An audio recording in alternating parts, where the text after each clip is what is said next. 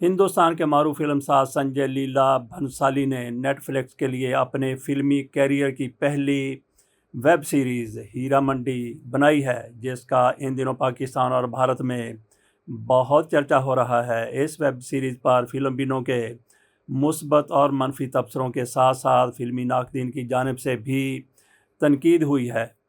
برصغیر پاک و ہند کی تاریخ میں بعض شہر اور مقامات ایسے ہیں جن کو ثقافتی حوالے سے بڑی اہمیت اور شہرت حاصل ہوئی ہے۔ ان میں سے ایک پاکستان کے شہر لاہور کی ہیرا منڈی ہے۔ 16ویں صدی میں مغل دور میں جب جلال الدین اکبر ہندوستان میں تخت پر براجمان تھا، تب اس کی بنیاد پڑی، کیونکہ افغانستان، ازبکستان اور دیگر ایشیائی ممالک اور ہندوستان بھر سے رقاصاؤں نے یہاں سکونت اختیار کر لی تھی۔ ان کے پڑوسی میں دربار سے وابستہ ملازمین کی رہائش گاہیں بھی ہوا کرتی تھیں۔ یہ رقاصائیں دربار کی خدمت گزار ہونے کے ساتھ ساتھ راج و مہاراجوں کی دل جوئی کا سامان بھی کرتی تھیں۔ کچھ وقت گزرا تو یہ علاقہ غذائی اجناس کی تجارت کے لیے بھی پہچانا جانے لگا۔ بعض مورخین لکھتے ہیں کہ افغان حکمران احمد شاہ ابدالی کے دور میں ان طوائفوں کو جسم فروشی پر مجبور کیا گیا اور دل بہلانے کے ساتھ ساتھ ان پر ظلم و ستم بھی کیا گیا، جس کا اختتام سکھوں کے دور میں ہوا۔ تاہم انگریزوں نے اپنے دور میں پھر ان عورتوں پر ظلم اور انہیں طرح طرح سے تنگ کرنا شروع کر دیا۔ تجارت اور ثقافت کے اس سنگم کو سکھ دور میں اس وقت بام عروج پر دیکھا گیا جب رنجیت سنگھ ہندوستان کا حکمران تھا۔ اس علاقے کو سکھ دور میں ہیرا دی منڈی پکارا جاتا تھا، جو اس دور کے سکھ وزیر اعظم دھیان سنگھ کے بیٹے ہیرا سنگھ سے منسوب تھی۔ اس طرح برٹش راج تک آتے آتے ہیرا منڈی ثقافتی تربیت کا مرکز بننے کے بعد رقص و موسیقی کا مرکز بنی اور پھر شاہی محلے میں تبدیل ہونے کے بعد ایک کوٹھے میں تبدیل ہو گئی۔ ان بدلتے ادوار کی تاریخ میں اس خطے کی پیشہ ور عورت کے کئی نسوانی روپ دکھائی دیں گے، جس کا اختتام ہندوستان کی تقسیم اور قیام پاکستان پر ہوا۔ لاہور میں واقع آج کی ہیرا منڈی صرف ایک تاریخ کے کھنڈر ہیں جسے یہاں بیان کیا گیا ہے۔ ہیرا منڈی ایک ایسی جگہ ہے جس میں تخلیق کاروں کو بطور موضوع ہمیشہ کشش محسوس ہوئی ہے۔ اردو اور ہندی ادب سے لے کر سینما تک سب نے اپنے اپنے انداز میں اس علاقے، یہاں کی روایات اور ثقافت کو دریافت کرنے کی کوشش کی۔ سنجے لیلا بھنسالی نے بھی مذکورہ ویب سیریز کو اپنے تخیل میں تراشا۔ یہ خالصتاً ان کے دماغ کی اختراع ہے۔ حقیقت میں ہیرا منڈی میں کبھی ایسا دور نہیں گزرا۔ اس فلم ساز کے ذہن میں جو ہیرا منڈی تھی وہ ترقی یافتہ لکھنؤ کی ہیرا منڈی ہے، مگر یہ کہنا پڑ رہا ہے کہ فلم ساز اس ہیرا منڈی کو اپنے سکرپٹ میں بھی ڈھنگ سے پیش نہیں کر سکے جو ان کے تخیل میں تھی۔ یہ سنجے لیلا بھنسالی کا مرغوب موضوع ضرور ہے، جس پر وہ مختلف انداز سے طب آزمائی کر چکے ہیں اور جن میں ان کی فلمیں ہم دل دے چکے، سنم، دیوداس، باجی راؤ مستانی، پدماوت اور گنگو بھائی کاٹھیا واڑی شامل ہیں۔ انہوں نے پہلی مرتبہ کسی آن لائن اسٹریمنگ پورٹل کے لیے یہ کام کیا ہے اور یہ ان کی اولین ویب سیریز ہے۔ ایسا محسوس ہوتا ہے کہ اس کی طوالت کو فلم ساز سنبھال نہیں پائے اور ایک اچھی ویب سیریز بنانے کے باوجود ان سے کئی سنگین غلطیاں بھی ہوئی ہیں۔ اس کی توقع ان سے نہ تھی۔ ان غلطیوں کی بنیادی وجہ ویب سیریز کا ناقص سکرپٹ ہے، جسے ایک اچھے مرکزی خیال پر لکھا گیا ہے۔ اسی موضوع پر ہندوستانی اور پاکستانی سینما میں چند اچھی فلمیں بھی تخلیق کی جا چکی ہیں جنہوں نے طوائف کے موضوع سے انصاف کیا۔ معروف فلمی محقق ذوالفقار علی زلفی کے بقول اس موضوع پر پہلی فلم 1928 کی خاموش فلم وشو موہنی ہے۔ انہوں نے اس کے بعد بننے والی فلموں کو بالترتیب بیان کیا ہے، جن میں 1939 کی فلم آدمی بھی شامل ہے، جس کے ہدایت کار وی شانتارام تھے۔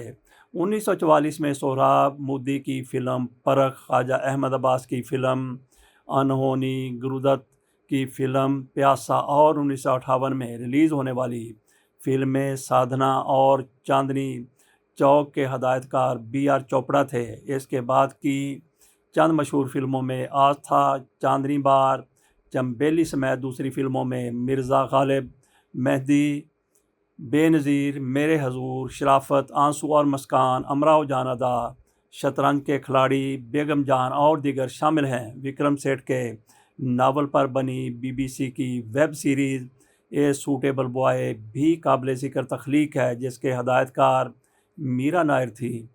پاکیزہ منڈی بھی دو ایسی ہی فلمیں ہیں جن کو اس فہرست میں شامل کیا جا سکتا ہے، بلکہ کچھ لوگ تو ہدایت کار کے آصف کی فلم مغل اعظم کو بھی اسی آنکھ سے دیکھتے ہیں، جو بہرحال اپنے موضوع کے اعتبار سے مختلف فلم ہے۔ اسی موضوع کے تناظر میں کچھ اور فلمیں بھی بنیں، ان میں طوائف 1985، طوائف کی بیٹی 1989 1989، پتی پتنی اور طوائف 1990، کلنک 2019 شامل ہیں۔ پاکستانی سینما میں عطا اللہ ہاشمی کی 1961 میں ریلیز ہونے والی فلم غالب اور دیگر فلموں میں انجمن 1970، امراؤ جان ادا 1972، پاکیزہ 1979 1979، سریا بھوپالی 1976، بازار حسن 1988، صاحب بی بی اور طوائف 1998، ماہ میر 2016 اور ٹکسالی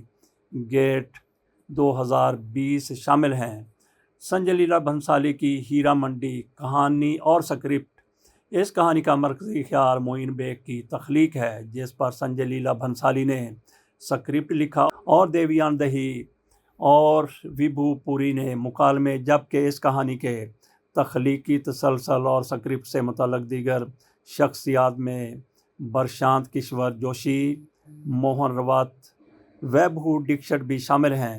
مرکزی خیال کے پیشکار معین بیگ ہندوستان کی ایک ادبی شخصیت ہیں اور ان کی سنجے لیلا بھنسالی سے پرانی راہ و رسم ہے۔ انہوں نے 14 برس پہلے سنجے لیلا بھنسالی کو لاہور کی ہیرا منڈی کے تناظر میں ایک کہانی کا مرکزی خیال سنایا تھا، جس پر فلم ساز نے پہلے فلم بنانے کا سوچا، لیکن موضوع کی گہرائی اور کہانی کی انفرادیت نے ان کو آمادہ کیا کہ وہ اسے وقت دیں اور اس پر جم کر کام کیا جائے۔ اس طرح انہوں نے اپنے کیریئر کی پہلی ویب سیریز لکھتے ہوئے اس کی ہدایات بھی دیں اور اس کی موسیقی بھی ترتیب دی۔ سنجے لیلا بھنسالی کے اس سکرپٹ کا پلاٹ تو بہت مضبوط ہے، جو مرکزی خیال سے پیوست ہے۔ طوائفوں کی انفرادی اور اجتماعی زندگی کی تصویر کشی کرتے ہوئے ان کے آزادی کے جنگ سے جڑ جانے کو بہت عمدہ انداز میں بیان کیا ہے۔ بس بنیادی غلطی یہ ہوئی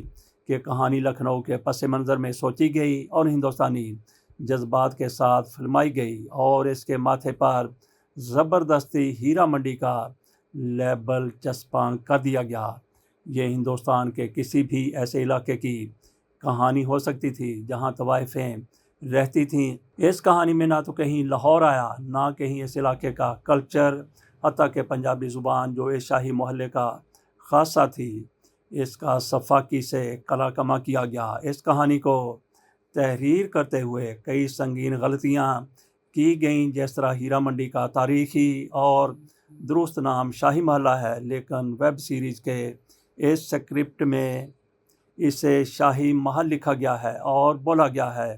کوٹھے کی مالکن اور طوائفوں کی برادری کی سربراہ کے لیے لفظ نائکہ مستعمل ہے، جبکہ اس کہانی میں اس عورت کے نام کے ساتھ حضور حضور کی تکرار کی گئی ہے، جس کا نہ کوئی معنوی تعلق اس کہانی سے بنتا ہے اور نہ ہی تخلیقی۔ یہ ایک مہمل لفظ تھا جن جن جگہوں پر بھی یہ استعمال ہوا۔ ویب سیریز اور اس کے سکرپٹ میں لکھی گئی اردو انتہائی ناقص اور غلط العام ہے، یہاں تک کہ اردو کا ایک اخبار دکھایا گیا ہے جس کو ایک معروف طوائف پڑھ رہی ہے۔ اس اخبار میں کئی جگہ غلط اردو دکھائی گئی ہے۔ سڑکوں پر آویزاں پوسٹرز اور احتجاجی جلوس میں شرکاء کے ہاتھوں میں پکڑے ہوئے بینرز پر درج عبارتوں میں کئی غلط الفاظ اور ہندی رسم الخط دکھایا گیا نظر آتا ہے، جو کہانی کے مقام اور علاقے سے کچھ علاقہ نہیں رکھتا۔ کہانی اور کرداروں کی ترتیب، بنت اور کلائمیکس اچھے تھے، جس کی وجہ سے 8 اقساط کی اس سیریز میں دل لگتا ہے۔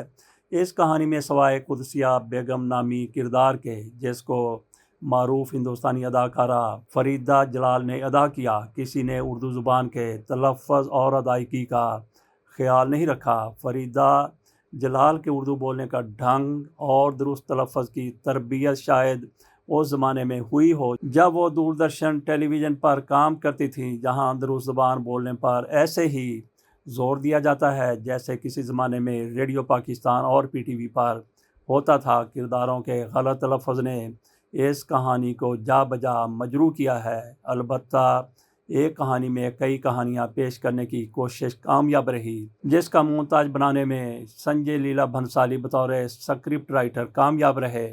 لیکن اگر انہوں نے طوائف کے موضوع پر اتنی تفصیل میں جانا ہی تھا تو سعادت حسن منٹو کی کہانیوں کا ہی مطالعہ کر لیتے اور کہانی کی نفسیات، تکنیک، کرداروں کی مزید بنت اور زبان و بیان برتنے کا سلیقہ سیکھ سکتے تھے۔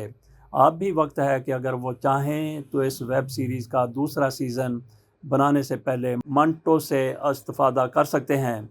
یہ ویب سیریز ایک ہدایت کار کے طور پر کامیاب پروجیکٹ ہے۔ اس کے پروڈکشن ڈیزائن سے لے کر تمام شعبہ تخلیق میں سنجے لیلا بھنسالی کا کام متاثر کن ہے۔ اگر ان کو اچھا سکرپٹ ملتا تو ڈائریکشن کے تناظر میں جو معمولی غلطیاں ہوئیں وہ نہ ہوتی۔ مجموعی طور پر یہ ایک عمدہ ڈائریکشن ہے جس میں خاص طور پر animation, graphics, visual effects, set designing, costumes, jewellery, make up, lighting, sound frames, cinematography اور سب کچھ دلکش ہے۔ ویب سیریز کو دیکھتے ہوئے اکثر یہ بصری دھوکہ ہوتا ہے کہ ہم ایک کے بعد ایک مغلیہ پینٹنگز دیکھ رہے ہیں۔ ہر فریم عمدہ اور نگار و نقش پرسوز اور شاندار ہے۔ اس لیے اگر سکرپٹ کی تکنیکی غلطیوں کو، جن میں زبان و بیان کی غلطیاں ہیں، نظر انداز کر کے ویب سیریز کو دیکھا جائے تو یہ آپ کو ضرور ایک مختلف دنیا میں لے جائے گی۔ یہاں پر ہر چیز گویا محو رقص ہے۔ اداکاری کے حوالے سے کہا گیا ہے کہ اس ویب سیریز کے جن 6 کرداروں کے لیے اداکاروں کا انتخاب کیا گیا ان میں سے 3 کو درست انتخاب کہا جا سکتا ہے، جن میں منیشا کوئرالہ، ملکہ جان جن کو کردار دیا گیا ہے، سوناکشی سنہا فریدن ریحانہ کا کردار ادا کر رہی ہیں، اور شرمین سہگل جن کو عالمزیب کا کردار دیا گیا ہے شامل ہیں۔ ان تینوں نے پوری ویب سیریز کا بوجھ اپنے کاندھوں پر اٹھایا اور خاص طور پر ان سب سے جونیئر اداکارہ شرمین سہگل نے اپنی اداکاری، چہرے کے تاثرات، بدن کی حرکات و سکنات اور شخصیت کی رعنائی سے بے حد متاثر کیا۔ انہوں نے کردار کو درکار نرماہٹ کا پورا احساس دلایا۔ منیشا کوئرالہ اور سوناکشی سنہا نے حیران کر دیا۔ ان سے اپنے اچھے اور پختہ کام کی توقع کم ہی تھی۔ باقی 3 اداکارائیں مس کاسٹنگ ہیں، جس کی ذمہ دار ظاہر ہے کاسٹنگ ڈائریکٹر شرتی مہاجن ہیں۔ ان کی جگہ دوسری بہتر اداکاراؤں کو موقع دیا جا سکتا تھا۔ اس معاملے میں سنجے لیلا بھنسالی نے وہی غلطی دہرائی جو انہوں نے گنگو بائی کاٹھیاواڑی میں عالیہ بھٹ کو کاسٹ کر کے اور ہما قریشی کو مختصر کردار میں ضائع کر کے کی تھی۔ ویب سیریز میں تبو، مادھوری ڈکشٹ اور ہما قریشی جیسی مجسم طوائف کا سراپا رکھنے والی اداکاراؤں کو شامل نہ کرنا ان کے فن کی عظمت سے انکار ہے۔ ہما قریشی ہوتی تو پتہ چلتا کہ سوناکشی سنہا کتنی دیر سکرین پر ڈٹ کر کھڑی رہ سکتی تھی۔ بہرحال ایک حسین امتزاج بن سکتا تھا جس کی طرف فلم ساز نے توجہ نہیں دی۔ ویب سیریز کے دوسرے کرداروں میں قدسیہ بیگم، زبیدہ جلال، استاد اندریش ملک، سائمہ شرتی شرما، شمع پراتی بھارنتا اور جیسن شاہ السٹائر کارائٹ شامل ہیں۔ بالخصوص اندریش ملک ویب سیریز کے کئی سیریز میں ساتھی اداکاروں پر حاوی نظر آیا۔ باقی کرداروں میں چند نے مناسب اور زیادہ تر نے غیر معیاری اداکاری کی، جس کی بنیادی وجہ سکرپٹ کی وہ غلطیاں ہیں جن کا اوپر بیان کیا جا چکا ہے۔ موسیقی کے شعبے میں سنجے لیلا بھنسالی ہمیشہ کامیاب رہتے ہیں۔ بطور موسیقار اس بار بھی وہ سرخرو ہوئے۔ اس ویب سیریز میں مرکزی نغمات کی تعداد 9 ہے، جس کی طوالت 32 منٹ 48 سیکنڈ بنتی ہے۔ یہ گیت بالترتیب تلسمی، بہین، سکل بند، آزادی، 14ویں صاحب،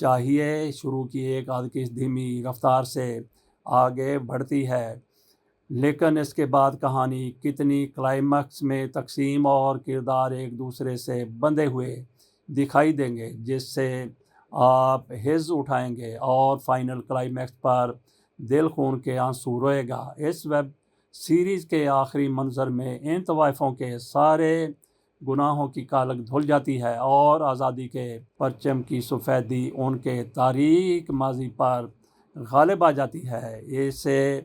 اس پسے ہوئے طبقے کو جنہیں کبھی طوائف کہا جاتا تھا، یہ ویب سیریز خراج تحسین پیش کرنے کی ایک ایسی کوشش بھی ہے جس کی داد نہ دینا نا انصافی ہوگی۔ اس ویب سیریز ہیرا منڈی کی دنیا میں آزادی کی جنگ لڑنے والی طوائفوں کے لیے میر تقی میر کی ایک غزل پڑھ کر یہ گمان گزرتا ہے کہ اس میں ان طوائفوں کا ہی دکھ بیان کیا گیا ہے۔ اس کہانی کو اگر ایک غزل کی صورت میں بیان کیا جائے تو ان چند اشعار میں اس ویب سیریز کی پوری کہانی منعکس ہو رہی ہے، جسے آپ بھی محسوس کریں گے۔ دل جو زیر غبار اکثر تھا، کچھ مزاج ان دنوں مقدر تھا، اس پر تکیہ کیا تو تھا لیکن رات دن ہم تھے اور بستر تھا۔ کیوں نہ ابر سیہ سفید ہوا جب تلک عہد دیدہ تر تھا۔ سرسری تم جہاں سے گزرے، سرسری تم جہاں سے گزرے، ورنہ ہر جا جہان دیگر تھا۔ یہ تحریر تھی خرم سہیل کی، جو ARY کی ویب سائٹ پر جاری ہوئی ہے۔ اجازت دیجیے، اللہ حافظ۔